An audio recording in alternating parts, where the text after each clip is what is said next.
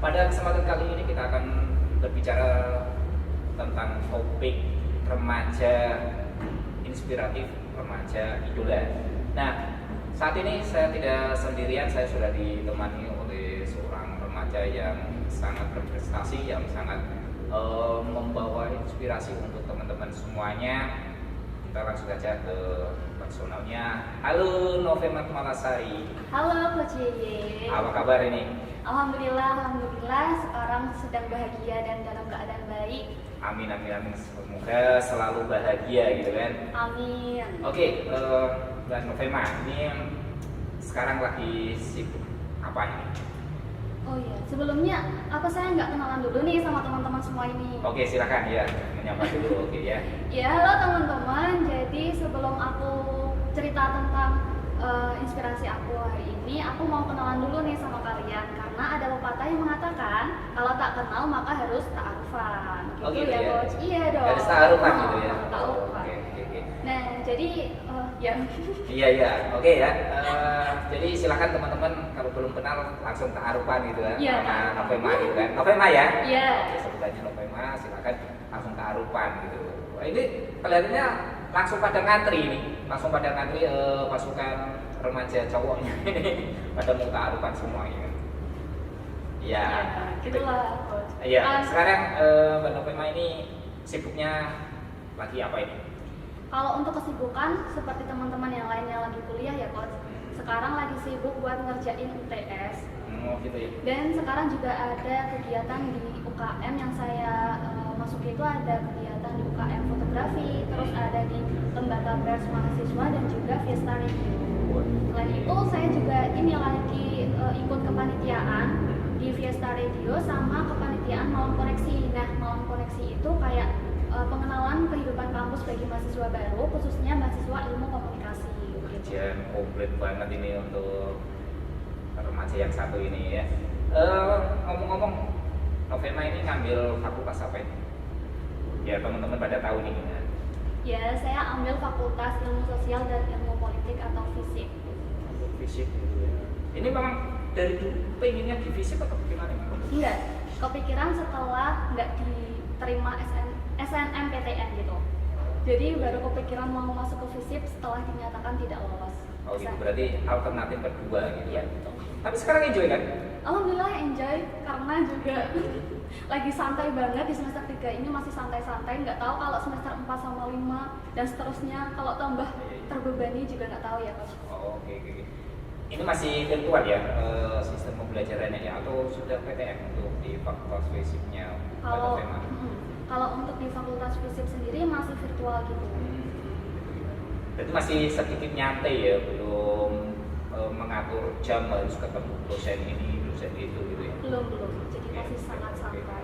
Berarti masih bisa terkendali semua jadwalnya dari kesibukan UKM maupun kesibukan mata kuliah gitu kan? Betul sekali. Masih terkendali ya? Aman Masih, ya? jawab. Aman ya? Oke, berarti kan bisa menjalankan rutinitas hobinya kan gitu. Nah, itu tadi ada menyebutkan UKM 3 ya, ada 3 UKM yang diikuti kan, ada Fiesta Radio. Nah itu Novema bagian apa itu di Fiesta radionya? Kalau saya ambil di divisi reporter, Coach. Divisi reporter? Iya, betul. Berarti kesibukan sehari-hari, aktivitas sehari-hari mencari informasi, mencari berita gitu? Iya, seperti itu. Hampir 1 bulan full itu mesti ada konten di reporter sendiri gitu. Oh gitu. Itu di bidang apa untuk reporter? Secara umum atau spesifik misalnya kuliner atau sosial budaya atau apa gitu? Enggak, jadi kalau di reporter sendiri kan ada beberapa program kerja gitu ya, Coach. Jadi ada konten web itu nanti akan kayak meliput tentang kuliner, terus tentang wisata terbaru begitu, terus ada DIY itu kayak misalnya kita mau buat apa gitu yang bisa berguna untuk orang lain gitulah, untuk kehidupan kita sendiri. Dan juga ada tips. Selain itu juga ada siaran. Nah, karena ini masa pandemi, jadi siarannya itu masih melalui live Instagram gitu loh. Oh iya. Kalau nggak pandemi ya nanti siaran di kabin gitu. Wah, luar biasa ini.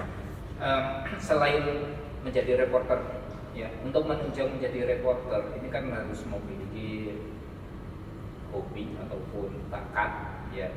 Nah, Novema sendiri itu memiliki hobi apa dan bakat apa yang bisa menunjang menjadi di kegiatan reporter itu? Kalau yang pertama kan kalau di reporter itu saya belajar tentang news anchor ya, tentang public speaking gitu. Sebenarnya kalau public speaking sendiri saya tuh nggak punya kayak bakat di public speaking sendiri gitu loh sebelumnya. Jadi kalau di reporter itu saya lebih ke bakat kepenulisan gitu. Oh gitu ya. Terus ini Mbak Novema, ini memang sudah sesuai dengan passion yang diinginkan oleh Novema, atau mungkin ada seseorang yang menginspirasi yang menjadi suri tauladan atau yang diikuti ya, jejaknya diikuti. Karena setahu saya Novema kan SMA-nya, sekolahnya itu kan tidak ada yang berbau tulis menulis jurnalistik, reporter itu kan nggak ada kan. Ya, bahkan ngambil jurusan ketika di SMA itu kan IPA ya? IPA. Itu kan ilmu yang memang lebih murni ke pengetahuan kan. Nah, sekarang kok bisa beralih gitu ya, beralih ke fisik yang kemudian ikut UKM-nya itu berkenaan dengan reporter yang meliput. Nah, itu ada sosok yang menginspirasi atau ada sosok yang mendorong Novema untuk kesana gitu. Sebenarnya kalau untuk sosok yang menginspirasi, semua orang yang saya lihat itu menginspirasi semua coach. Jadi gitu ya? kayak ada dorongan dalam diri saya sendiri untuk terjun ke dunia kepenulisan itu. Nah, kalau boleh cerita nggak coach? Oh silakan. Iya. Ya, jadi itu dulu karena saya itu kebiasaan nih setelah pulang dari sekolah waktu SD nih ya coach. Iya. Saya sering banget kalau sepulang sekolah itu mesti nulis cerita tentang hari ini gitu di buku diary gitu loh. Oh iya. Nah, di buku diary. Nah, sampai sekarang ternyata kebiasaan itu tuh Berlanjut sampai gitu sekarang ya? berlanjut gitu. Oh, iya. Tapi kalau sekarang nggak di buku diary sih, lebih ke laptop gitu. Nanti langsung dicetak aja, dibuat buku gitu. Itu emang sangat bagus ya, sangat menginspirasi. Cuma yang menjadi pertanyaan, kapan pertama kali Novema menulis yang dipublish gitu, menulis yang dipublish? Iya. Pada event apa atau momen apa gitu kan? Oke, kalau menulis yang langsung dipublish itu waktu saya SMP. Jadi dulu SMP itu ada esai menulis cerpen gitu kan. Terus saya itu diajar sama mentornya itu namanya Mas Dayat, sekarang jadi dosen IAIN Pekalongan. Jadi saya belajar cerpen itu, belajar tentang kepenulisan fiksi itu di SMP. SMP ya? Dan habis itu di SMP itu ada lomba gitu, lomba antar kelas buat nulis cerpen gitu. Dan akhirnya saya bisa memenangkan untuk juara 1. Nah, ini salah satu karya saya. Oh iya. Apa itu? Judulnya apa itu judulnya? Titian Hati Aditama. Jadi ini karya pertama saya dan saya mendapatkan juara 1, tapi ini cuma antar kelas dan hadiahnya itu cuma uang 100.000 kalau nggak salah. Itu waktu SMP. 100.000 pada masa itu ya, tingkatan Iya. SMP. Berarti kan cukup banyak kan? Iya, itu kan? cukup banyak. Saat itu kan. Itu tahun berapa sih? Tahun berapa ya, Coach? Saya lupa ya. Lupa saya. Oh gitu ya. Berarti masih 2000-an 16-15 gitu ya. Kemungkinan iya. Gitu. Itu pertama kali ya menulis dipublish gitu kan. Iya. Menulis dipublish, kemudian alhamdulillah dapat juara gitu kan. Wah, ini sangat luar biasa. Kemudian berlanjut apa lagi tulisan apa lagi yang dipublish? Terus karena setelah SMP itu kan karena saya udah punya ilmu-ilmu tentang kepenulisan gitu, akhirnya di SMA ini saya coba lagi nih pengen ikut juga kelas kepenulisan gitu loh, tapi saya carinya itu lewat Instagram.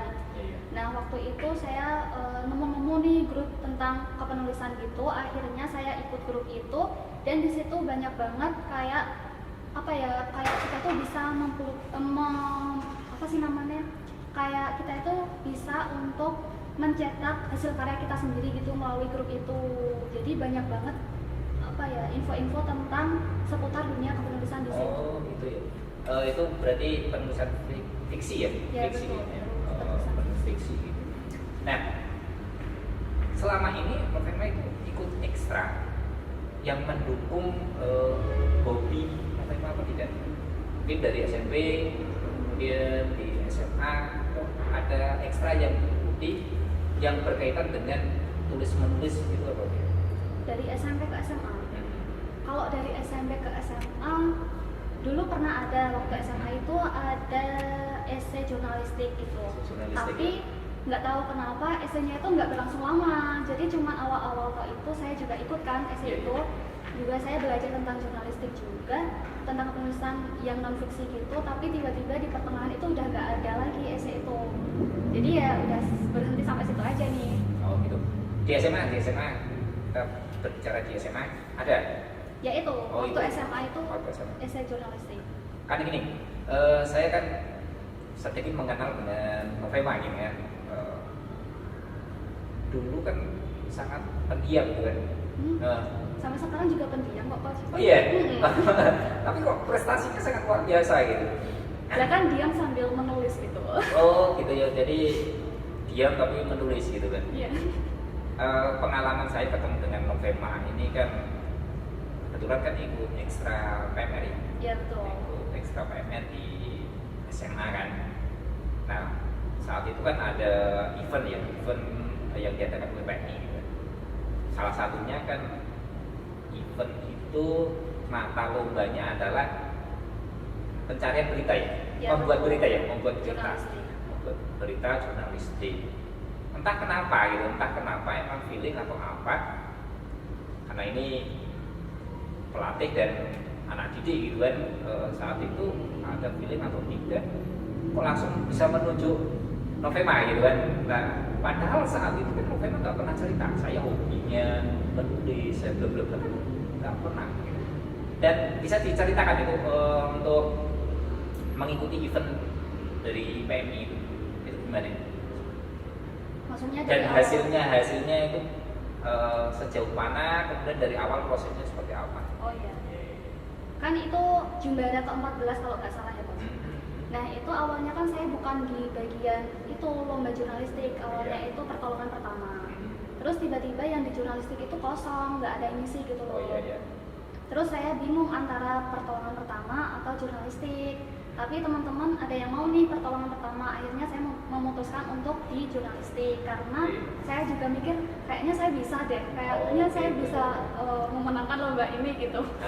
Terus dari situ saya ya itu ikut jurnalistik dan di situ juga saya have fun aja sih, kayak seneng aja gitu loh ngelakuinnya. Dan alhamdulillah pas di juara itu walaupun ini masih harapan tapi saya dapat juara harapan 1 gitu. Jadi ini event pertama yang diikuti ya, event pertama untuk tingkatan event yang diadakan oleh PMI ya pertama, dan saat itu langsung dapat harapan 1 ya, harapan 1 untuk mata lomba jurnalistik. Ini berarti memang sudah punya passionnya di situ bidang itu. Nah, Novema ini kan kemarin saya sempat membaca story-storynya Novema kan, baik di IG maupun di Facebook lah gitu, pokoknya di sosmednya Novema gitu kan, memang sekarang kan aktif banget kan gitu kan, mempublish berita-berita tentang tadi aktivitasnya di UKM kan gitu kan. Nah, salah satunya sekarang itu Novema baru saja bulan yang lalu atau apa itu merilis sebuah novel ya? Iya betul. Bener ya, novel ya? Betul. Sebuah novel. Nah itu judulnya apa sih gitu? Itu judulnya You Are My Delusion.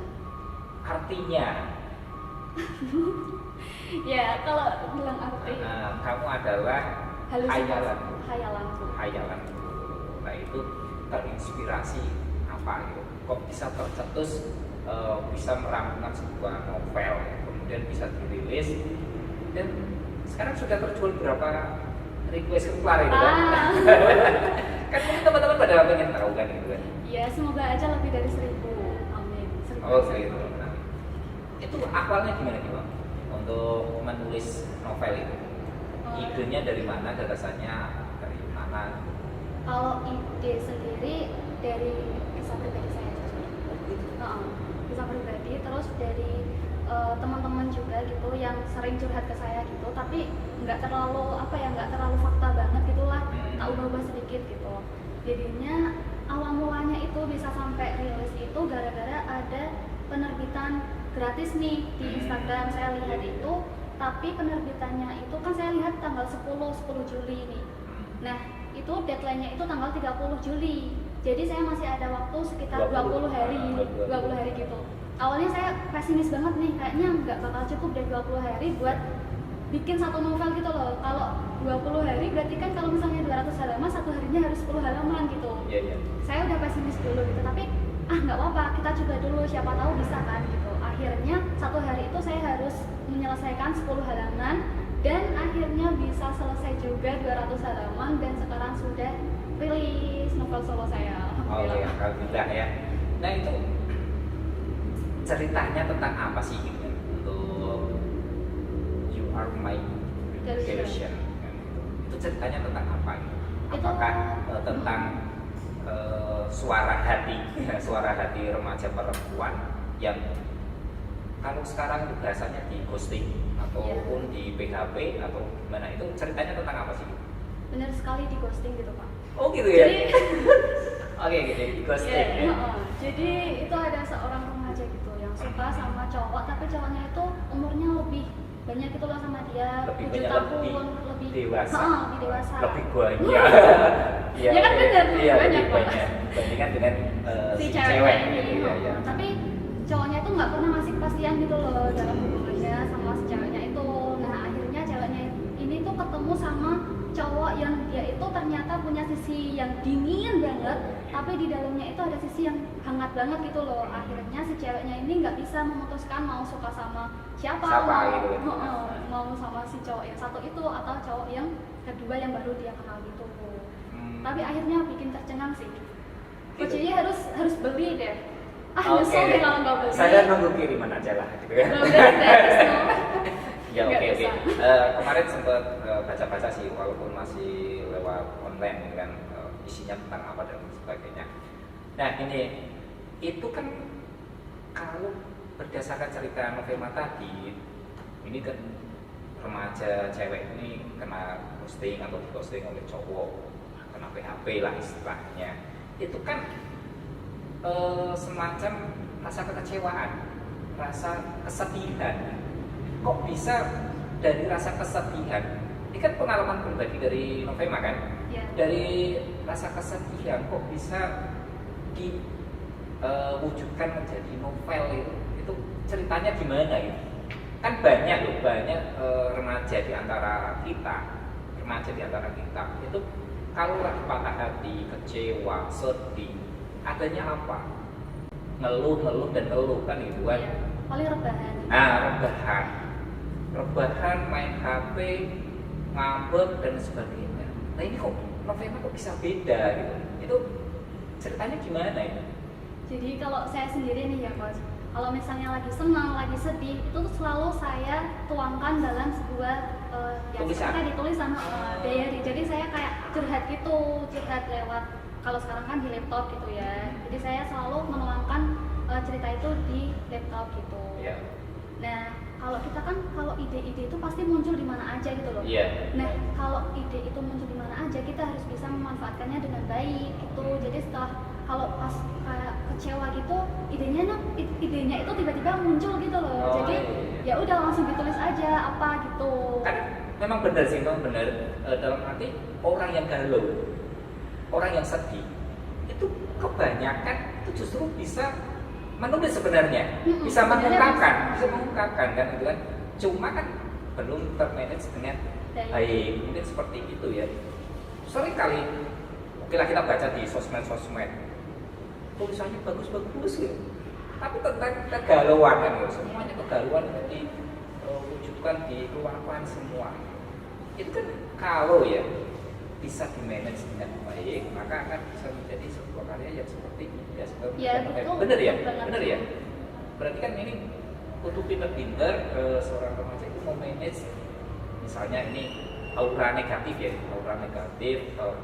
pikiran negatif, kita manage, kita ubah menjadi sebuah pemikiran yang positif, menjadi aura positif, sehingga bisa menjadikan sebuah karya yang bisa dimanfaatkan, bisa dirasakan oleh semua kalangan gitu kan.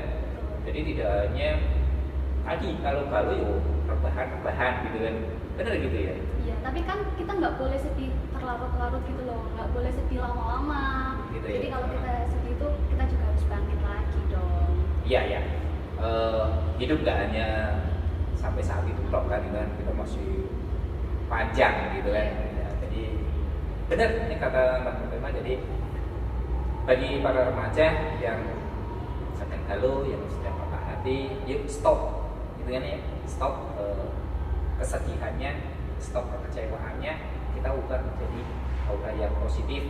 Kalau memang kita mempunyai passion menulis dan sebagainya, yuk kita tuangkan ke dalam tulisan. Ataupun kita mempunyai kompetensi yang lainnya gitu ya, mempunyai kompetensi lainnya, yuk kita salurkan dari aura negatif ke aura positif, sesuai dengan kemampuan kita, sesuai dengan minat bakat kita gitu ya.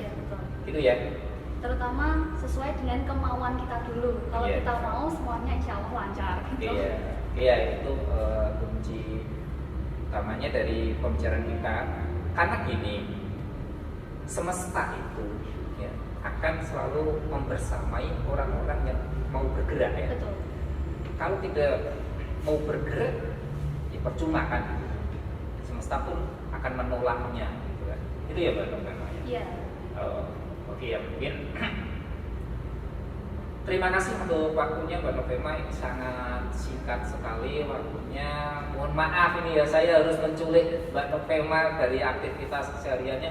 Bahkan saya mendapatkan jadwal aktivitas Mbak Nopema hari ini seabrek agenda gitu. Tapi alhamdulillah bisa saya culik, bisa untuk berbagi ke teman-teman Suara Corner gitu kan.